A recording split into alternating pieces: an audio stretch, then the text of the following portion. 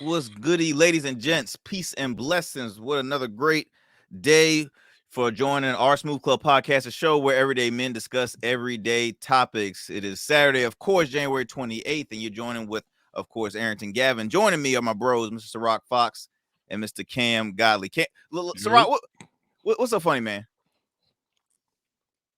Is this sound off? It appears so. Ciroc, we can't hear you. You're not talking. This motherfucker is going to God damn. All right, he'll be back. Well, look. Pump fake. False start.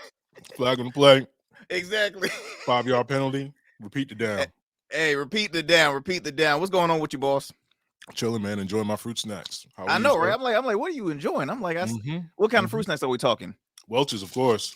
Welch's, okay. Yeah, well, that's wait. They're not paying us. Oh, true. It don't even matter what time. True. It don't even matter. I was about to say I can go in a long conversation about like top, at least top 3 fruit snacks of all times, like in my book. But like you said, we ain't gonna go there. They ain't paying us. But when they do, Fruit by the Foot is making a comeback too. Fruit by the Foot's making a comeback. They had these Starburst joints.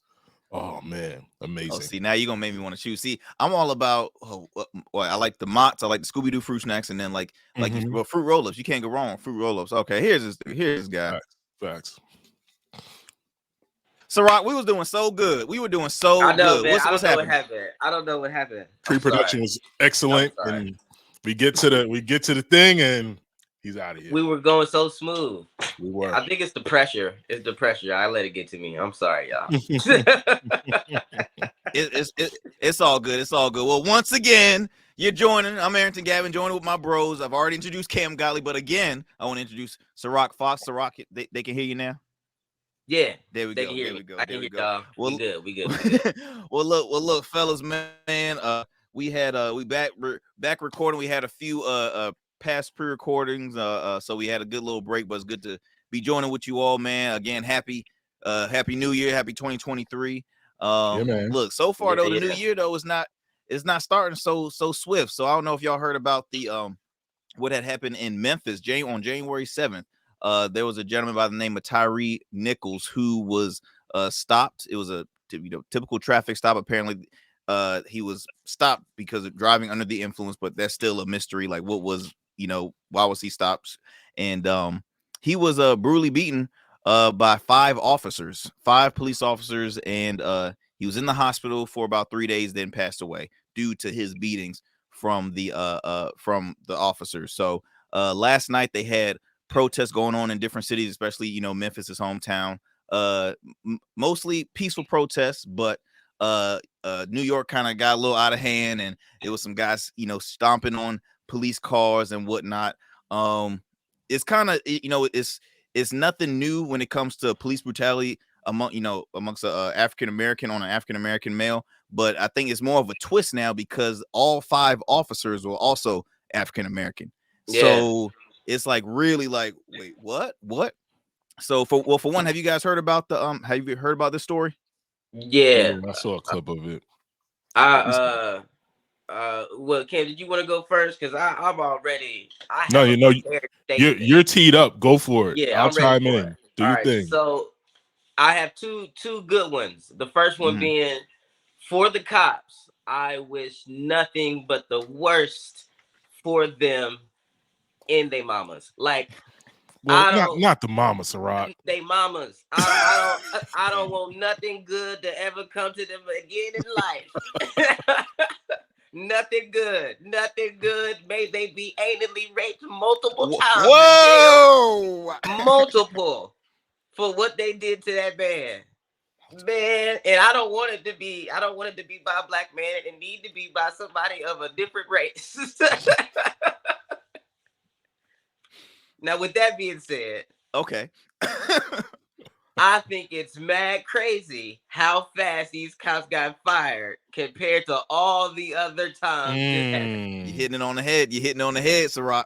Some of these people who did this before are still working to this day. Look, there was no such thing as administrative leave for these cops, right? You have right. It wasn't no fired. We gotta do an investigation. Nope. Hey, we gotta figure out what happened. We gotta get both sides. No, They saw the footage. The footage got released. They got fired. Boom.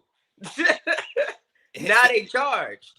Now they're charged. They were fired on the spot, arrested on the spot. Now a lot of people are saying, what being this, they got a new DA in office, and he is not messing around neither. And on top of that, the chief of police, she's a African American female who doesn't play, and she's very vocal about what's going on with this situation, because it doesn't make any sense. And I mean, Cam, you mentioned that you saw the video. I don't know, Ciroc, if you saw it. I saw it too. It was a gang attack. It was a straight up gang attack. It looked like a hit.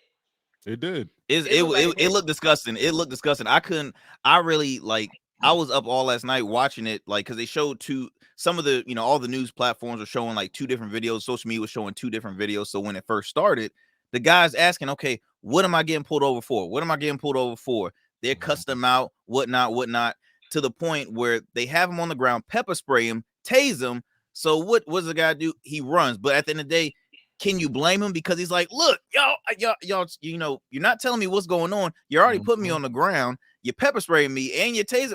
I'm running. He literally ran for his life. He wasn't running to evade officers. Y'all were going above and beyond whatever the fuck you were pulling him over for. What the fuck even if he didn't run, his ass was gonna be beat. Oh, even for sure. If he didn't move, for sure, his ass was gonna be beat. For sure. Well, like the craziest part too is they beat him 100 yards away from where his parents live. He was running towards his parents. He was crying out for his mom, yelling out his mother. His mom, who has been, her and her husband have been talking, about this whole thing since it hadn't occurred. And she says, look, my son is 150 pounds. Each officer that had beat him was 200 or over. So that's over 1,000. How can this man be a threat? He's 6'3", 150. That is a very linky. And now they've showed clips of just him on his everyday life. He was a father. He had a 4-year-old. He worked at FedEx with his stepfather, who they said, they'll take lunch breaks together just to hang out. I mean, this was a great dude. Loved to skateboard. He was a great dude. So again, it just shows, for one, I'm on board with Ciroc. Anally raped. That's the punishment. Yeah. That's it. Yeah. That's it. Yeah. No, nothing less. I don't know about. I'm not with the mamas though. I don't want their mamas. No, I don't want their mamas. Let's hold on. Now let's. So mama's punishment is more like inconveniency of life. So I want I don't never want her to catch a green light. I don't never ever want her to be like, every single time she's about to go to the store, they just so happen to close. Like every time I'm sorry, man. Every time she reaches for the door, they flip it open. Hey, we got inventory. I'm sorry. I'm sorry. Hey, every time that she's about to head to that register, ma'am, I'm going on my lunch break. I'm sorry. Dude, you have to go to, I just want the most inconvenient life for them till they die. All her DoorDash fries spilled into the bag. You know what I'm saying? Yeah. But on some serious stuff, everything that's happening to these cops needs to happen to every other cop that did the exact same. That's all I want. Right I away. want that same energy. Right away. No, absolutely. I want that same energy. Yeah. Absolutely. I totally agree 100%. I guess my thing is, and I mean, I want to hear your thoughts on it. Being that the men were Black, you would think what continues to occur would be, I don't know, they will approach it differently. It's just you come on now, we grown. Sometimes these Black cops are worse than the white cops because they try to prove that they're not trying to be part of the bros, they trying to be part of the brothers. Yeah. Yep. It's a fact. So well, and then on top of that, Ciroc, just the fact that when anyone put on that badge and they know the power in that badge, they take advantage of that power aspect. It's just, that's what kills me. It's just that abuse of power to the point where, damn, like what really sad is me, since this police brutality thing has been like at an all-time, well, I'm not gonna say at an all-time high because it's the same shit that always happens, but it's been publicized more. I've been on the bandwagon of saying we should have representation of the Black people that live in those areas. But now we see what happens when you even have representation of the people that are from the areas. They're still killing them. Yeah. So what's the answer? What's the answer? Dog, it's a game. Like, I always full on believe it was never with a white thing with me. It was a police thing. It was always a police thing. Yeah. Police is, dude, they wild sometimes. Like, they are off the chain. And when they get like that, I just want due punishment. Like, hey, somebody slap their hand. Somebody slap this dog before you get crazy. But nah, they gang up. They be like, hey, our side or no side. When you start to complain, they'll threaten to not protect you anymore. I'm guilty. I totally agree with you, Ciroc, but I was like 50-50 because I was also still saying like not all white cops are bad, but I do think there's an issue when it comes to knowing the communities that they are patrolling, because there's a lot of cops that just are tossed in communities that they probably never ever drove around living in their community. Or on top of that too, it shouldn't be 6 months. After 6 months, boom, you're an officer. They should treat it nowadays just like a university, because how long does it take to become a doctor? How long does it take to become an attorney to know the law? I don't even think it's a training, bro. I just think these people have a fucked up mindset, or they became cops because they got picked on and were lesser in their previous life, and now they're taking out on people now that they have a little bit of power. Yeah, I definitely for a year. I roasted a lot of white boys into serving the community. Like, I definitely roasted a lot of people who are cops right now. But I don't live in that city, so it's oh, so you're not taking the blame if this kid to do something wrong? Yeah, those police officers to this day is just beating up everybody who got locks and locks and tattoos. Everybody. Everybody's getting profiled. Everybody's getting profiled. But you know what though? I would love to like extend like a conversation like this though. But I want to have officers, because I happen to be friends with a few of them. I know a few of them. A lot of them that are African American. I want to get their side. One as an African American, but one also as an officer, because that's one thing we can continue to share our opinion on it. But we're not an officer, you know what I mean? We're not always in the heat of like how your first reaction is. So I just want to always, if their response is anything but we condemn this and we don't have anything to do with that shit, I don't even want them on the show, to be honest with you. Yeah. If they're gonna even look to defend that shit, I don't want to talk to them. Yeah. They broke the law. Yeah. You are a cop. Yep. You should be fuming at the mouth. Yep, absolutely. You should be like heated. It should be no buts. It should be no, hey, you never know what those officers were thinking at the time of the nothing. Not with this. You are held to a higher standard. Hell no. You should be the most calm in the most chaotic situations. Yep. You should be the most calm in the most chaotic situations. If you see that as a cop and not think, I'm about to arrest these criminals. Yeah. I want comic book. We have to stop this. I want like you want what you were always told as a pedestrian, as a kid. Hey, you're here to serve and protect. You're absolutely right. Right. You see wolves in sheep clothing. You fucking supposed to arrest these wolves. Yep. Get them. Absolutely. That's all I want to hear. That's all I want to hear. It's our brotherhood and our union protects the No, they became criminals. Just like when you said I was a criminal for rolling this weed on this sidewalk. Same thing. They killed the man. Yep. I rolled weed. I got my ass beat. They killed the man. They get paid. And you know what? And I'm end it on this one. They've already said that this is worse than Rodney King, because if you remember, Rodney King was beat, but Rodney King did not die from his beatings. He was beat to a pulp. But he still survived. Rodney King was a bigger guy. He was probably able to sustain some of the hits that he took. That's true. That's true. He was a much bigger guy, and I think it was I can't remember how many officers he was beat by. How old was Tyree? Tyree? Yeah. He was 29 years old. 29. Okay. 29. I'm pretty sure Rodney King was a little older. 6'3", 150 pounds. It's ridiculous. Dude, but as of right now, all 5 officers have been charged, facing second-degree murder, aggravated assault, aggravated kidnapping, official misconduct, and then official oppression. So they gonna be guilty on everything. No deliberation. Guilty on everything. Yep. We will continue to speak more on it, man. Because again, they just had a protest yesterday. They're going to continue to protest until this is over. So, and I think I was hearing on the radio, Tyree's funeral will be next week on Wednesday. So again, thoughts and prayers to the family.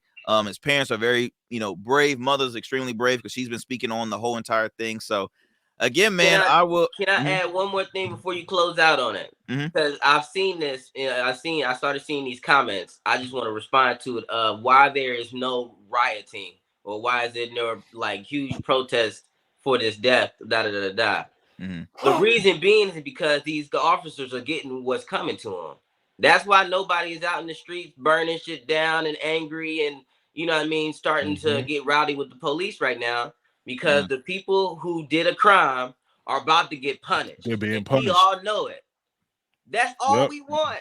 I'm so glad you said that, Ciroc, because it's not specifically about the actions of some dumb fucks that abuse their power. Right. It's the actions of the people that run these police organizations and shit like that not doing anything about it.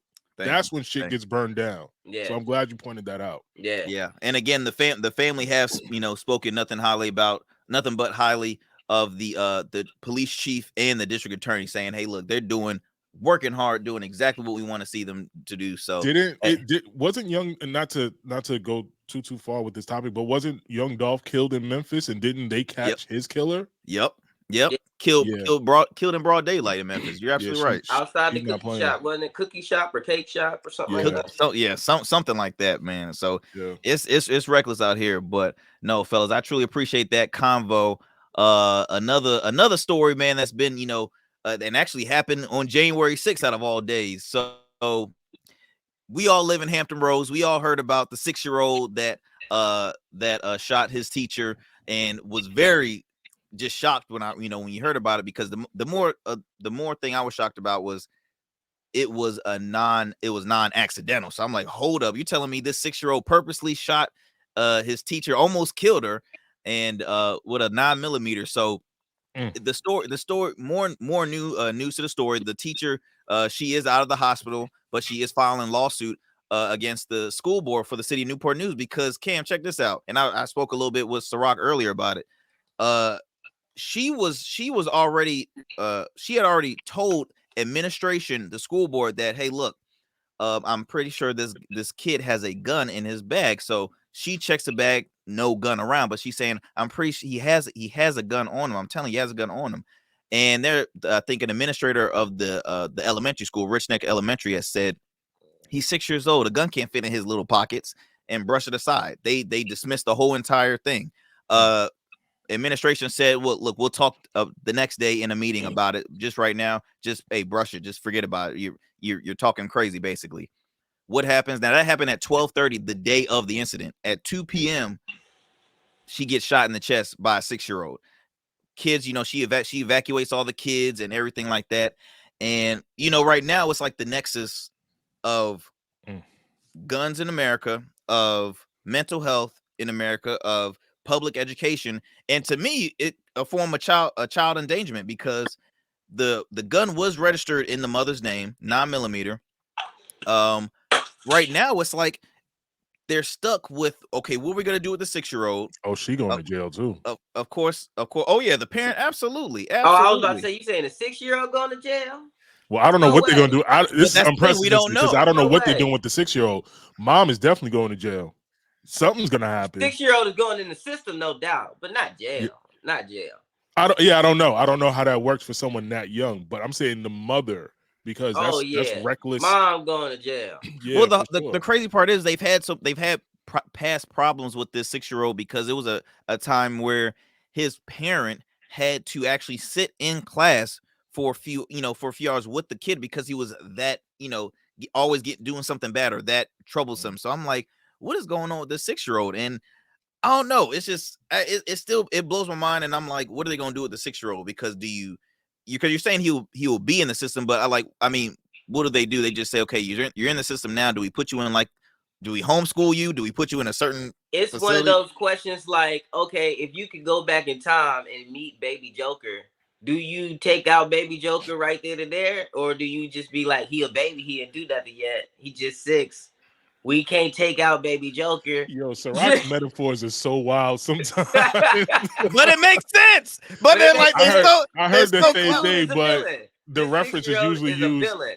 The reference is usually used with Hitler. Like, do you kill baby Hitler? And they're like, it's a baby, but it's Hitler. Like, you know what's coming. Yeah, yeah. And is it the real question is, like, the serious part of that, the flip side to that coin is, do you give up on this kid and condemn him that he's going to be like this? This is just how he is. Or is it like still time to save him? If it's still time to save him, then by all means put all that energy into doing so, which I believe there is. You know, of course, there's probably time to save him. But like you said, Cam, it's just so tough because, okay, I was playing like a little devil's advocate. I was talking to Shia about it, and, you know, they said the administrator had reacted saying his pockets are too tiny. How can he fit a gun in his little 6-year-old pockets? Poor choice of words to say, but you have to think, okay, some of those people have been in, you know, in education for years. Never in their wildest dream would they ever think a 6-year-old will bring a gun, a 9mm gun, to school and know how to. In St. Louis, they do. That's not true. In St. Louis, teachers know that there's a possibility that them kids can bring guns. It's just not getting hit. It's just, I mean, it's like, but Cam, but you see what I'm saying? It's like I'm trying to, like, you know, play a little devil's advocate. It's like I just feel like any threat like that in the climate that we're in today, where school shootings have become the fucking normal, you got to take some shit like that seriously. Yeah. What if he didn't? God forbid. What if he didn't just shoot the teacher? Yeah. And I'm glad she's alive. But what if he turned around and like it happens that easily? Yeah. Once that gun got brought into the school, I feel like out of all the things that happened, that's not even that bad. Like out of what could have happened and what did. And I know this sounds mad insensitive, but we're here now, right? So I understand exactly what you're saying. Happened, right. This is the best, not the best, but I'm okay with this story. Right. I'm okay. There's still some salvation. The kid is alive. The teacher's alive. The children of the kids around are alive and are alive. Harmed. Everybody's alive. Yes. So that means that this 6-year-old's life isn't over just yet, and there's still some way. Now the mom, Lord Jesus. Yeah. I don't even know. Yeah. I don't even know the law in that type of situation, but I know she about to get her ass burnt. Yep. Especially if there is a track record for this child being like of bad behavior. Everybody's going to be like, why didn't you do access to your gun? Yeah. How does that happen? Exactly. Well, y'all saw that video of that little toddler in a diaper holding a gun. This was a minute ago. I mean, it was. I didn't see that, Aaron. What you be? I'm dead serious. What's that a YouTuber you on? hey! I'm gonna send y'all the video. Shut up. I'm gonna send y'all the video. Stop being an ass. Stop being an asshole, Cam. Stop being an asshole, Cam. Damn.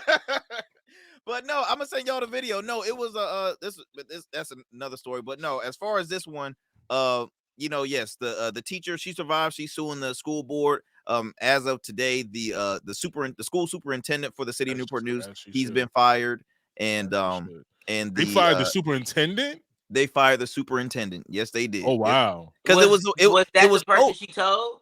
She told the school and the school board, because the school board gets all those complaints sent to them immediately, you know, right away. Oh, wait. So wait a minute. So he was bringing the gun to school continuously? No. She had one time. But she had suspicion he had one. He must have said something. Like she told them. She told him the day of. She told him the day of, but she told him at 12:30. The incident happened at 2 o'clock. Multiple people. She told multiple people. The administrator at the schools, the school board, and they just, you know, didn't. So they knew something was. They were told that an incident would potentially occur. Just approach like that. So I just don't understand how it trickles up to the superintendent when it was only a time lapse of like 2 hours. Like, because it was get word and just didn't do anything. Yes. So they It got did word. go They up were, to him. Oh, yes. wait, So they were gonna. The kid is 6, right? The kid is 6. And Yeah. she thought he had a gun. Why didn't she just go up to him and take the gun? Well, she went in his bag. She was going in his bag and couldn't find the gun. That's why it's so crazy, because this 6-year-old had. It's almost like he said, "Okay, look, they about to check my bag, so let me put this in my pocket." Because it happened like during their recess period. I mean, as weird as it sounds, it sounded like the 6-year-old had a plan, and that's why it's just it's so it's just I don't know. It's just the world we live in. The world we live in. But take his ass to Arkham. Take his little bad ass to Arkham. I didn't know that's how the story played out like that. No, take his ass with the rest of the supervillains.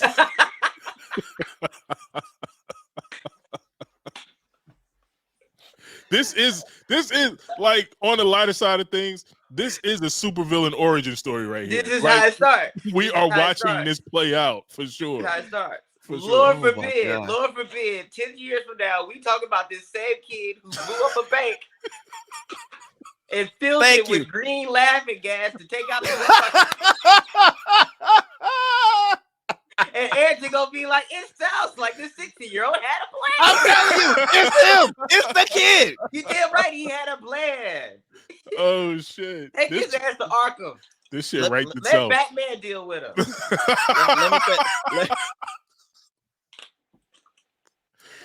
But man, look, it's a lot. But yeah, the superintendent's been fired. The assistant principal has resigned. I don't know if the school has been open since. No, because they already know it's not going to look pretty. It's not going to look pretty at all, because a lot of parents are frustrated. Their school board meetings have been jam-packed 24/7. So we will hear more on that. But kids, man, that sucks for the kids. Yeah, you know what? I'm so glad she didn't die for multiple reasons. Yeah, that would have hurt the kids. I mean, they already scarred. But could you imagine children seeing their teacher die in front of them? Oh my! And the sadder thing too is just the fact, she just graduated. She's 25 years old. This is her first teaching job. First teaching job. First and last. Now she's a millionaire. What? Shoot. But man, fellas, look, another great combo. Yo, that district ain't getting no books for the next 10 years. Hey, no books, no facilities. Not gonna get nothing. You get nothing. You get nothing. We need some more. No. Yeah. We need some more books. No. We need this. No. Oh man. Well, look, let's take a quick commercial break, y'all. We'll be back with more Our Smooth Club podcast, a show where everyday men discuss everyday topics.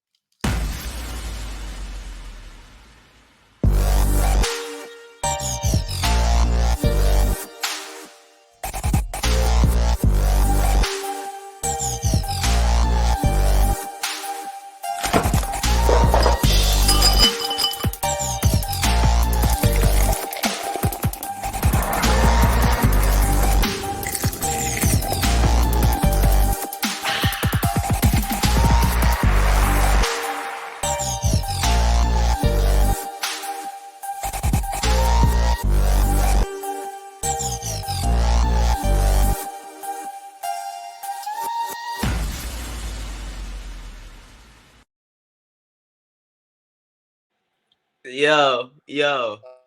Production. Hold up, wait. Yo, stop. Wait, stop. Cam, why did y'all use Food Line brand items? Yo, Ciroc, I fucking hate you, all right? Hey, Cam, y'all gonna have to redo that commercial now, because Ciroc done told y'all secret. Food Line frozen fruit. That's fucking funny. That only Ciroc would pick that out of that whole commercial. You couldn't get organic. You couldn't get that good stuff. He couldn't get the good stuff. This man How said, did you even see that? Hey, How did you even see that? We about to use our MVP card. And we gonna save this money. Oh shit. Hey, what did I say, Ciroc? Shoot, with the price of eggs, shoot, you better use that damn MVP card. You're right. That's a fact. Right. We producing on a budget. And if you think we didn't eat that fruit afterwards, I know y'all did. You're not gonna waste that smoothie. Smoothies for everybody. You're not gonna waste that smoothie. No. Good smoothies. That's some good smoothie right here. That's some good smoothie. Oh man, look, fellas. Look, I was another. This is on a brighter. Well, I guess more like a funny story. So it's a depressing ass episode. When shit, who picked these topics? I know, that's why. I'm sorry. They were just it was going on right now. Oh man. Well, let's talk about Shannon Sharpe, Hall of Famer, 3-time Super Bowl champ, co-host of Undisputed, and yet the host of Club Shay. So let's just say Shannon Sharpe was about to fight the whole squad, the whole Memphis Grizzlies. So they were playing the LA Lakers, and Dylan Brooks on the Memphis Grizzlies had said some words to Shannon Sharpe. Shannon got up and said, "I bet you won't say it right here. I bet you won't say it right here." So then you see him coming forth. Steven Adams from the Memphis Grizzlies, he comes closer, and of course that's a big dude. Big dude. All of them start swarming Shannon, but guess what? Shannon ain't back down now with wearing the cardigan. Shannon about 260, all muscle. They did not want that smoke. They did not want it. I just want to point out that they have not won a game since that incident. since they disrespected they have not won a game. It's bad karma. For real. And it was so funny because I'm like, what the hell is happening? And they see Jay Moran's dad coming in, and all you hear is Shannon saying, "I bet you won't. I bet you won't. I bet you won't." Man, the memes were priceless. They had put a meme with him saying, "Look, if a motherfucker was a person, it will be, Shannon Sharpe." Or they put James Evans from Good Times on Shannon Sharpe's body. That sweater. That's funny. Yo, first of all, the stock prices for cardigans have skyrocketed since that event. Let's put that out there. Thanks to Uncle Shay. Bro. Uncle Shay. Grannies everywhere, hand knitting cardigans and flying off the shelves. Man, when I saw, so they escorted him not out the arena, but at least away from the court. Off the floor, yep. And brought him back out. He finished the remainder of the game. Him and Jay Moran's dad was talking, apologizing amongst each other, all that good stuff. But the Memphis Grizzlies still don't appreciate him, still don't really care for him. Dylan Brooks is like, and he made a good point though. He's like, look, Shannon Sharpe is a person just like everybody else. He's not. He's a Hall of Famer. Okay. Super Bowl winning. Ciroc said, put some respect on that man's name. He is not a normal person. Hey. The Dylan NFL Brooks. Hall of Fame, bro. Not like TCC Hall of Fame. Not TCC. Hey, don't come out the look. I'm gonna find some TCC Hall of Famers, and they gonna come after your ass. Do y'all not remember? I forgot Arrington Young. Arrington, he a youngin'. Cam, I'm talking to you. Yeah. Do you not remember how vicious? Oh, he was a menace. He was a menace. Dude, he was a problem. Absolutely. I remember him slamming people to the ground like little dogs, and these are like 300-pound niggas.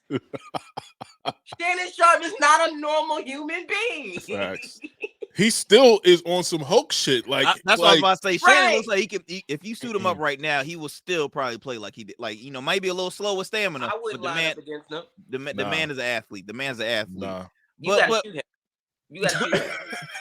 Get the 6-year-old. Get the 6-year-old. Get the 6-year-old. Get baby Joker. Get baby Joker, and he will take care of it. Yo, he will not see it coming. He will never see it coming. Baby Joker. He will not see it coming at all.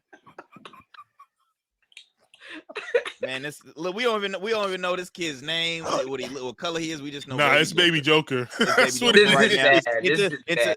It fits better. This is bad. But this is the type of stuff that people start arguing. Facts. We gonna have a lot of people who hate us after this episode.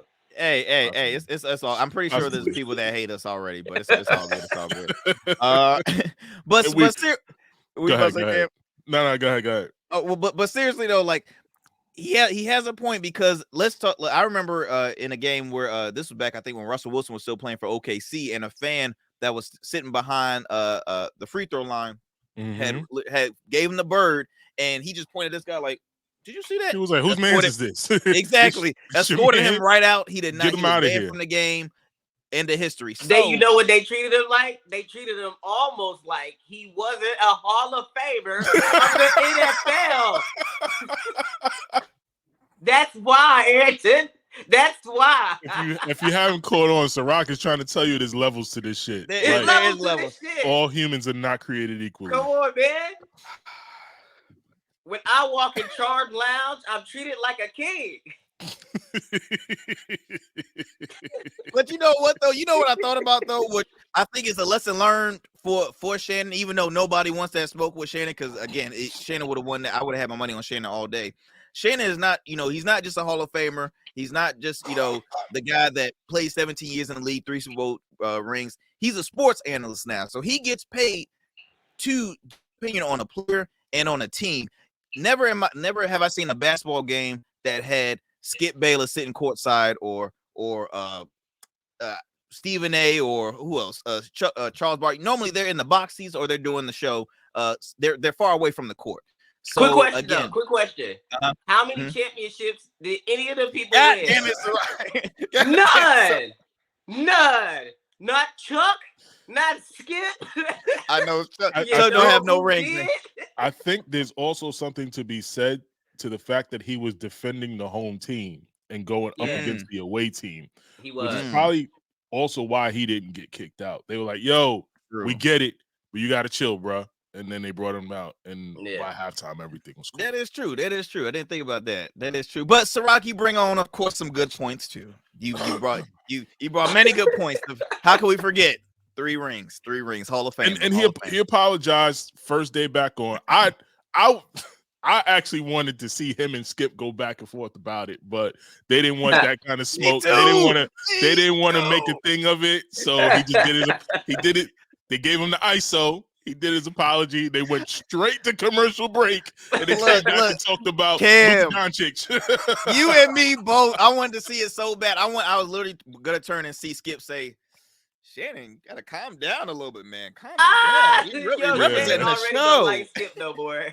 Exactly. I wanted to see that back and forth so bad, man, so bad. Shannon would have been like, "Skip, don't start with me right now. Skip, don't start. Skip, don't start with me. Skip."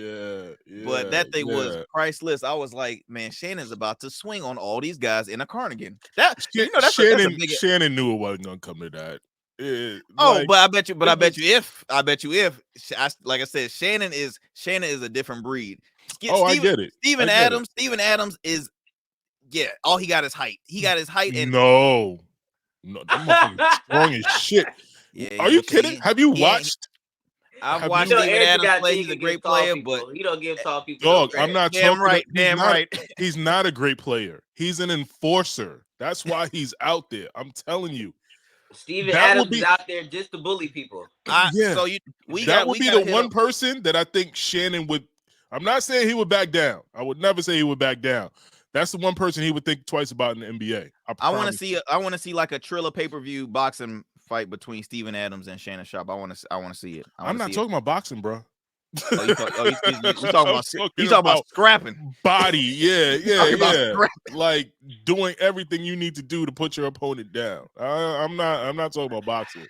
But Steven Adams ain't bench pressing no 400. I was about to say, is it I don't know that he's not. I don't know that he's not. Shannon's a strong breed. Dude. Like he's strong. No, don't get me wrong. He's strong. NBA players talk about how strong this dude is. Like it's like on record. Like that, he's not one to play with. I know that much. I gotta see it. I gotta see that one. But I feel you. It ain't happening. Nobody's signing up for that. Like it's just I started to think of like all the sports commentators that like players will probably be like, look, I wish this dude would sit courtside so I can say a few words because it's just I can think of him right now. But speaking of some more celebrities, y'all hear about actor Alec Baldwin? Oh man, he got charged, right? Yeah, he got charged. Yes, sir. Crazy. He got charged 2 counts of involuntary manslaughter. So in I don't see October how of that's his fault and not the prop manager's fault. thank you. But here's So, what I learned, Ciroc. It is Mhm. his production company that was doing the film.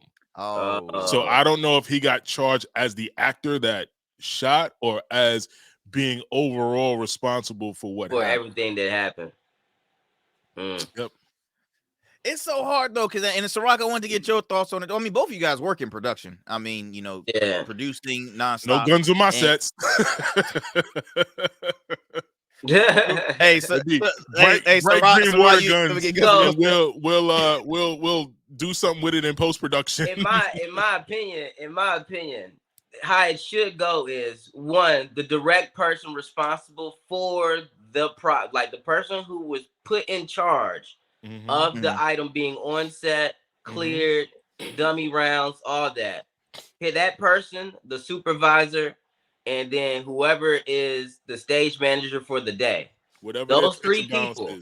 Yep. Those 3 people are direct involvement with that item. Those are the only 3 people who would have had any like real sense of what was going on with that item, besides the actor who was given the gun after all those checks and balances has happened.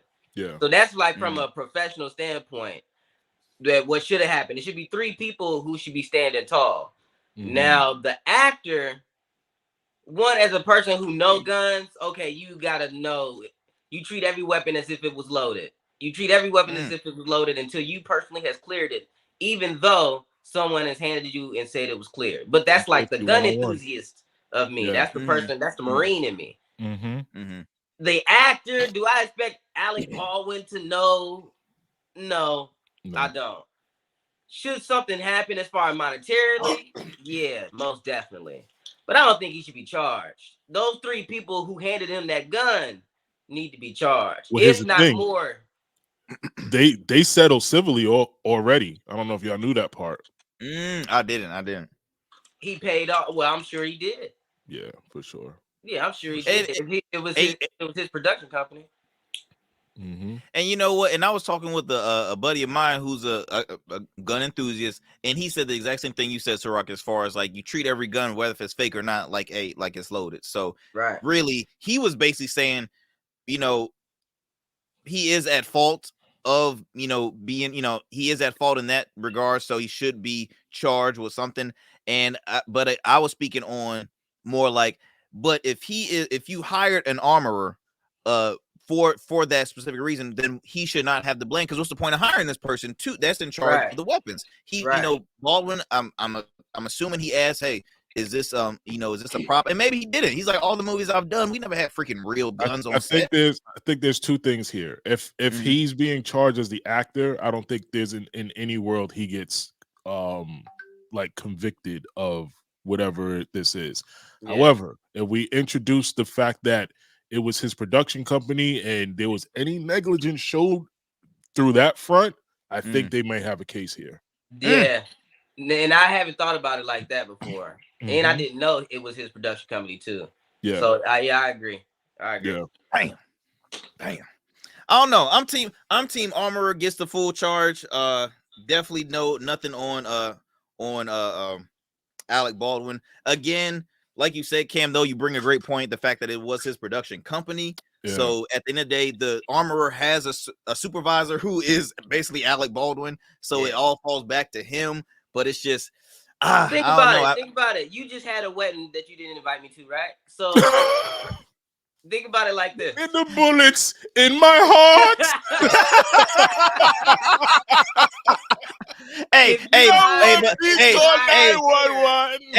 But Cam, I did invite the brother to my bachelor party that he did not show up to, saying, hey man, did that already happen? Did that occur? Right back at you, Ciroc. Right back at you. Right back at you. Oh shit. You're right. We both got the guns to our chest. We both But I'm saying though, if you hire a caterer for the food and the food turns out nasty, of course it's the caterer's fault. Everyone is gonna be mad at the caterer, but it's still your wedding. So when everybody's telling the story, Yeah, but his food was nasty when we was there. You know what I mean? They gonna say he cheaped out. He went the cheap route. That's why the food was nasty. Cheap route. He went the Farm Fresh and got just that chicken and put it in a nice Dollar Tree box and expected us to be like, Real quick. Did y'all hear about the Ed Reed thing? Ed Reed. Yes. So Ed Reed was going to coach football at Bethune-Cookman. That was a school, right, Arrington? Bethune-Cookman. Yep. And he went on live basically bashing the facilities. It was kind of like what Deion did, but it was more, I guess, a little more. I don't know what the right word I'm looking for is, but unrated. Yeah, it was like he was really, really. It was a little more unfiltered. It was more unfiltered. Like he was really like. Reggie Theus is actually the basketball coach there as well as the athletic director. And so they didn't fire him because I don't think he was hired yet fully, but they decided not to pursue him actively coaching the which is bullshit. What was he bashing? The facilities. They're saying like everything was it wasn't up to standard. They didn't have this, they didn't have that, et cetera, et cetera. Again, kind of like I don't know the extent of how Deion did it, but I know he did point out the fact that they are playing through subpar conditions for a team that they're, looking to be whatever. Well, and Ciroc, the whole entire story is BS because here's the thing: as much as I truly love HBCUs, and they're historic Black colleges, universities for a reason. They're some of the oldest institutions, in our state. So yeah. But the problem with HBCUs is, and I've had many friends tell me this: it ain't an HBCU if it don't have no bad plumbing, no bad food, no bad this, because they're all old. Their repairs and living conditions are shitty. Like you got Howard. But there's old colleges out there. I can't even rock with that methodology. I understand it's a funding thing, but there's universities that go back to the 1800s. You know what I'm saying? Well, but that is true. But what I'm saying is HBCU schools don't have. Well, you mentioned they don't have the resources or funding. And when it comes to like alumni, they don't have great alumni chapters that continue to pour into the universities. Which is wild to me. It is. I mean, I would say like Howard University is like one of the like most popular HBCUs between I'll say Howard and like North Carolina A&T. Howard being known for their fine arts. You got Felicia Rashad, she's the director of like or the dean of fine arts there. You've had so many people graduate that are very famous, and their living conditions are awful. They had protests a couple years ago about the living conditions, like when it comes to the dormitories, the cafeterias. I mean, like Bethune-Cookman was so bad, bro. They had mold or they had mildew in their dorms, like their beds. Everything was awful. I mean, it was That's bad. Crazy. It was so bad. And yeah, I don't think funding is a lame excuse to me. Funding is a crazy lame excuse because if you've been around since before my grandparents was around, you ain't got a savings account. You ain't got a savings account. You can't be like, all right, in 10 years we gonna save up this money to do this. Or in 20 years or in 30 years. You've been around for hundreds of years. Great point. Save $1. Where does tuition going? No, it's not. It's a non-government funded school, so I believe they're like, I don't know. There is, makes it very expensive. I don't know their number count, but what it does is that points you to poor leadership, because if leadership cannot control, when it comes to certain spending, I mean, this happened, many times at Norfolk State, at some of the schools in our area. I'm gonna tell you what had helped a lot of the HBCUs, at least in Hampton Roads. When Jeff Bezos' ex-wife said, look, I want to donate $100 million to a bunch of HBCUs, those endowments helped. Those endowments really helped a lot of HBCUs, because there were certain funds that, look, we're about to lose an accreditation, or boom, we're about to lose this. Boom, we're in debt with that. I mean, it's hard. So, Rock, there's a joke in there somewhere that you could pull out, by the way. This white woman gave all this money to HBCUs. You figure it out. I'm just pointing you in the right direction. He said, real quick. Let me. I got caught something. Hey, it's all yours. He said, it's all yours. all right. Flip this a little bit. bit. But I mean, that's the one thing that we struggle is when it comes to funding and like giving back, and it sucks. But like like the school I went to is not an HBCU school. I feel like it should have been because it was predominantly black students there. It was mostly white faculty, but we played always HBCUs. Like we played Winston-Salem, we played Shaw, Virginia Union, this and that and the other. My school is hurting when it comes to finances because for one, the area it's in a small town, so for students it's hard to keep students at the campus because kids want to have that college experience. They don't want to just do school. They actually want to have fun off campus. So like just like Bethune-Cookman had 100% enrollment rate, but check this out, fellas, a 33% graduation rate. 33%. So what does that tell you? They're like, okay, look. I wonder not to cut you off, but I wonder what goes into those numbers. Just when I hear numbers, I always wonder what goes behind them. Did they transfer and they don't count as a graduation, or are we talking all dropouts here? Like what's the percentage in there? You know what?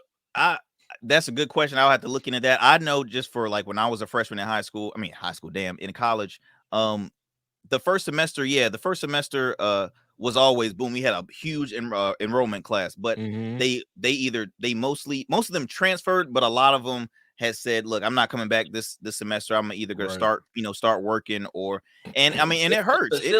If the facilities is really that bad, then the hypothesis would be most people transferred instead of dropped out. It's like, yo, this is not worth the money. I can get to this college for cheaper and better dorm type situation. And you know what? And that says a lot for Bethune because Bethune is in Daytona, Florida. So you can't say that you're in a bad state or you're in a bad city. I mean, there's plans, but like you said, if the living conditions are awful, and this is like what you have to live with every day. I mean, to go back, not to get sidetracked off with Ed Reed, what he said was spot on, and it needed to be said. And really, it's what he was saying. What happens in a lot of HBCU schools. So all of a sudden, they like you said, they don't continue his contract, saying, okay, we're not going to have him as our coach because he also was blasting loud, explicit music. Like they were starting to find some BS excuse. First of all, it's college.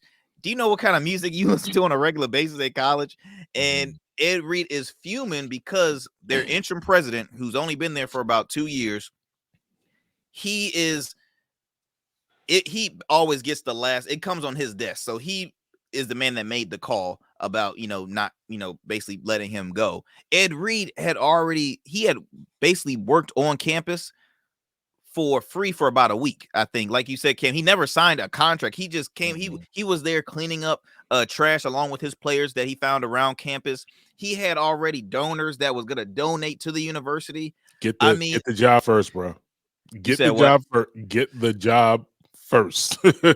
I mean, after you, like you said, after he signed and died and did all that, then you do what you need to do. But I feel like from a business standpoint, I'm not gonna hire no Negro who is just dog walking my company. Like that's why you got to get the job first. Because once you contracted, then now they got to buy you out or whatever. Like at least you still get paid. Like, but you know what's the right? Like for one, Ed Reed apologized, but two, it's like again, Ed Reed was not wrong for what he said. Even I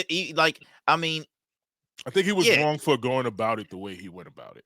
I don't know. I don't think it made sense for him to go on this Instagram tirade against the school that he was looking to be employed by. And knowing you knew the situation was before you got on Instagram. You knew it. They got you there so you can try to fix it. Exactly. Like that was one of the reasons they got you, because you had the ability to raise money for them to fix these facilities. Exactly. Because you had the ability to get cameras and people involved in the situation to let them know, like, hey, we struggling, we need help, da-da-da-da-da. But instead, you wanted to be like these teenagers do and put somebody on blast and blah, blah, blah, blah, blah. That's it, nigga. You just and Well, now nobody getting help. So now the facilities is still shitty. Nobody's donating. You ain't got a job. But check this out though. Who's to say 100. that? Who's to say that he wasn't directing it to people? More like just saying, like, look, we gotta help our HBCU schools. He might have said it in a wrong way, but I do feel like with him saying that, open doors for like a lot of people saying, "Dang, let me go ahead and donate some money." But he's putting out there information that's already known. So he was doing it kind of I haven't seen the live, but from what I heard about it, it was done in a more malicious way. Like, look at this shit, and like that's not helping anything at all. Like, y'all know me and my analogies. Y'all know me and my analogies. I got one. Let's go. I want to hear it. Dude, it's the thing. So I buy a building. It got roaches, it's nasty, all that shit, right? Yeah. I asked you guys to say, hey, I'm struggling. I just got this building. I need y'all to help me out so I can get it back and popping. And as soon as you walk in, you go on IG Live and say, this nigga got roaches. You see this shit? They're falling off the wall. You see this shit? Got me scratching over here. Got me scratching. I gotta get. Ciroc be like, I told you there was a problem here. What you doing? What you doing? Get the fuck up out of here. Oh my God. Once again, Ciroc brings on the best examples. We need a reel of Ciroc analogies, but that one was perfect. That one was perfect. That was perfect. I mean, it's hard because again, like Ed Reed is saying, you know, I want to coach him. I really do. I don't want. And there's still something on the table where him and his people and the administration there will have a sit down, and it might work because see, a lot of the players and a lot of the students are protesting because they want back. Didn't they get a prospect because Ed Reed was coming? Oh, absolutely. They got multiple. Yeah. I mean, he said he recruited at least three or four kids that was already. Ed Reed is from Florida. He played at Miami, so it makes sense. It makes sense. He you know, this was going to be his first coaching head coaching position. I think he's been like a DB coach at either at the U or at Florida State for about a couple seasons. He has the experience, and I mean, again, it's Ed Reed. Ed Reed is a well-respected guy, you know, amongst players, and this was gonna be great for the SWAC because you know they just lost Deion Sanders, and here comes Ed Reed with another great resume and great connections, I mean, it's hard. I mean, right now the administration is really getting a lot of heat at Bethune-Cookman because there's a video showing the interim president talking with this journalist Roland Martin on his show, and he's like, look at all this mildew. He's like, it's mold. It's not mildew. It's mold. And is it mold worse? Or he said it the other way around. I think either Rose said mold and he said mildew. But to me, mildew sound worse too. Mildew and mold sound like the same thing. No, mold is a lot worse. Oh, mold it just gives you lung cancer. That's it. That's all it does. That's all it does. It's not just lung cancer. That's all. It's just. So then he corrected and said it's mildew and not mold, but still people are like saying, sir, you can see the pictures that students have taken that sent to. I mean, it really is bad, man. And my mildew, not mold. So instead of lung cancer, it's gotta bronchitis. Make that distinction. Yeah, gotta make that. You went from lung cancer to bronchitis. Same thing. I mean, I think really the moral and why it's going to continue to be a long story is just the fact that, a lot of people were given heat for Deion for taking a job, leaving Jackson State and stuff. But just like any university, not even an HBCU, in order for universities to continue to thrive, it always comes down to alumni. Whether you give $1, $5, $10 on but it comes to that and leadership. Really, it comes to that and leadership. It sounds like the key to survival is white woman's fetish for black coaches that used to be in the NFL. So There this it is what we're gonna do. There it is. I knew it was coming. He was developing We're it. gonna profit off this Mandingo fetish. Hey, so, and Cam, get so some Rock of the said, biggest niggas I we got can it. find as head I coaches. got it. I got it right now. I just needed to pluck it for him. I just plucked it for him. I knew it was coming. I knew it was coming. They just go circle around to each of the HBCUs. He said, I got it. I thought of something. Yeah. But yeah, it's so it's white woman's money, it's alumni, it's leadership, and you just and that's the sad part, man. You know, like leadership it's hard to hire the right people that mean well for the culture, because that's what it is. In universities, man, what you're doing is building what these kids are gonna be outside of school. Like, you know, you're building for the real world. And when you see stuff like this occur, it's like you continue to pull us down. If a graduation rate increased tremendously after an enrollment rate, you're not helping the culture at all, or students, not just the culture, but the students in general. So it's yeah, man, and I definitely got to keep on reading up on it, because I mean it's long going. I mean, students are still protesting. We get Marshawn Lynch as head coach for Norfolk State, right? And then I guarantee you, Jeff Bezos' ex-wife donating to the green and gold before the year is over. I think she just divorced her second husband too. I think she just got divorced again. So I don't know. Word. You know, her divorces is just like her tax seasons. It's just like us with tax season. Her divorce. He's quick. Yo, people coming to Rock. She just got that income tax check.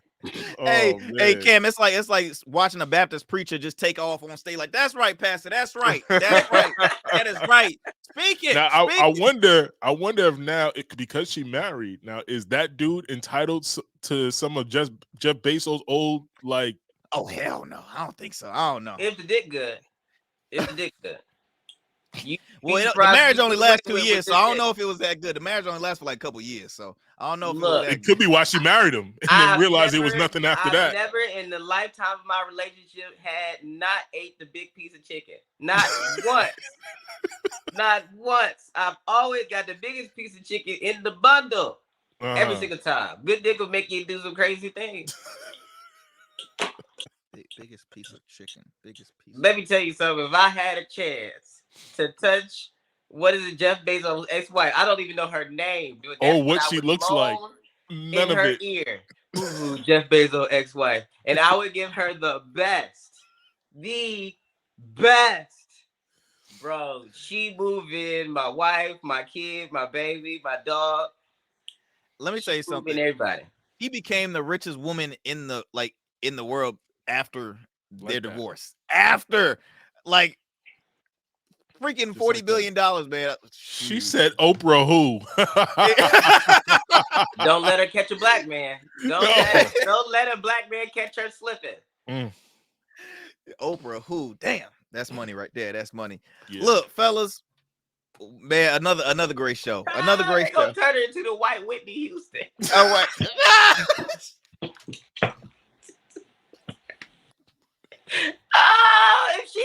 If a black man catch her, she's gonna be the white Whitney Houston. I'm telling you. I'm done. I'm sorry. I heard that movie was dope, by the way. I haven't seen it yet. Have not seen it. I'm gonna check it out though. I haven't seen it. But I will say, fellas, highly recommend seeing You People. Just dropped on Netflix last night with Eddie Murphy and John. Don't tell me about it. I didn't see it yet. It is my intention to watch that movie. Great movie, y'all. Great movie. Y'all that are listening and watching, hey, check out that movie. It is dope. It is, yeah, it's amazing. But gentlemen, I done messed up my mouse and everything. It's always y'all have a great one. When you try to leave, like, just say bye. Yeah. Oh, bye. Like, you should have had it queued up already. Like, here we go again. Does it right. Where's the song? The song should have been playing. It's coming. It's coming, y'all. My bad. Hold on. Let me get it. Oh, here we go again. There we go. Give it a second. No, it's coming. It's coming. So loud. There you go. You'll get better, y'all. He gets so wrapped up in the conversation.